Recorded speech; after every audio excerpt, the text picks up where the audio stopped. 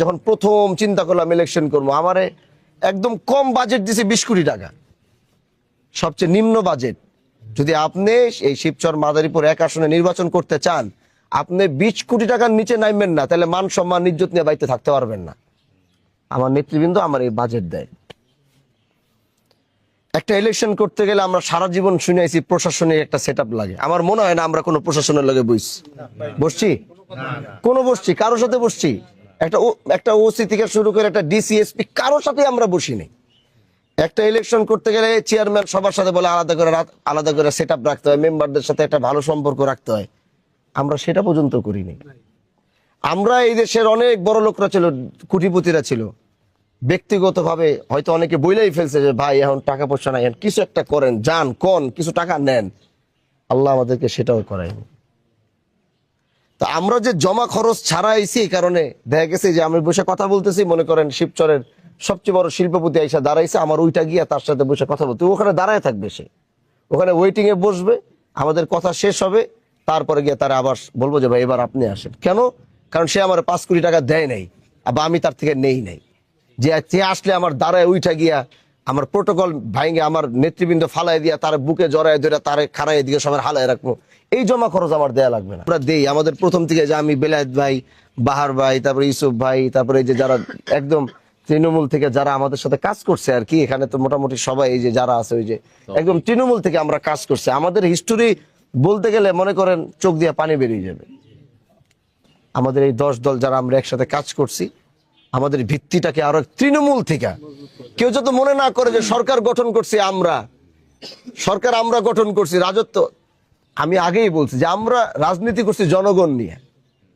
আমরা রাজনীতি করছি কি ভাই? আমরা প্রোগ্রাম করছি রাতের বেলা 4টা থেকে আমাকে বেটারা খাওয়াই নাই দাওয়াই নাই কিচ্ছু করে রাত্রে 11টা পর্যন্ত, ঠান্ডাও পড়ছে 12টা পর্যন্ত, 11:30 পর্যন্ত কাইট দিয়ে সব বয়ে রয়েছে।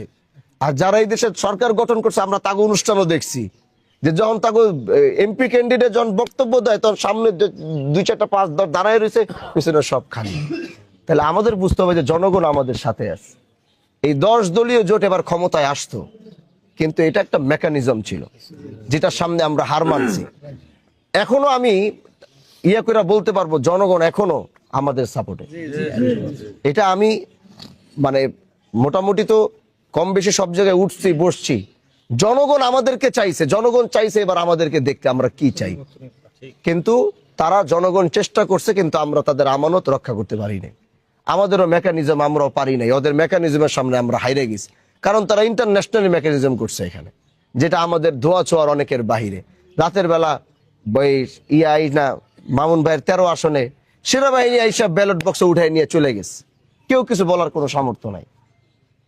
এই বিষয়গুলো তো তারপরও আল্লাহ আমাদেরকে 18 কোটি মানুষের একটা জিম্মাদারি দিয়ে আমাদেরকে পাঠাইছে। এতটুকু আমরা বিশ্বাস করতে পারি, আস্থা রাখতে পারি। আমার অনেক বড় বড় দলের নেতারা আমার ফোন দিয়ে বলছে, হামজালা ভাই আপনার ভিতরে হাজী শরীয়তুল্লাহর রক্ত, আপনার হয়তো অনেকে এখন ম্যানেজ করার চেষ্টা করবে, আপনি কারো কাছে বিক্রি হইন না। আমি কই ভাই বিক্রি হইলে আগেই হইতে পারতাম, এখন আর বিক্রি হয়ে কি হইব? যখন ক্ষমতা ছিল না, কিছু ছিল না, তখনই তো বিক্রি হইতে পারতাম।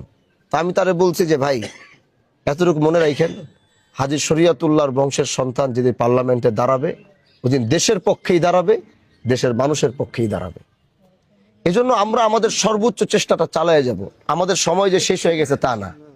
এই 5 বছর আমাদের এই 69 জন, এই 69 জনের নির্বাচনী এলাকা থেকে এবং তাদের পার্লামেন্টের ভূমিকার উপরে 77 নাকি 77 হয়েছে 77, এই 77 জন, এই 77 জনের ভূমিকায় আলহামদুলিল্লাহ আগামী 5 বছর পরে, যেটা আমরা এই বছর হয়তো এইবার আমরা ব্যর্থ হয়েছি, আমরা হাইরে গেছি, পারি নাই, আমরা ব্যর্থ হই না, কিন্তু আমরা আমাদের মেকানিজমের সামনে আমরা হার মানি, কৌশলে আমরা হাইরে গেছি। কিন্তু ইনশাআল্লাহ যেহেতু আমরা এতগুলো মানুষ এবার সেখানে গেছি, এটা আরো মজবুত হয়ে আসবে আগামীতে ইনশাআল্লাহ। এটা এত মজবুত হবে, আল্লাহ যদি চায় এটা এত মজবুত হবে, যেটার সামনে হয়তো ইন্টারন্যাশনাল মেকানিজম হার মাইনা যাবে, পারবে না। এটা আমাদের একটা বিশ্বাস এবং আস্থা আছে।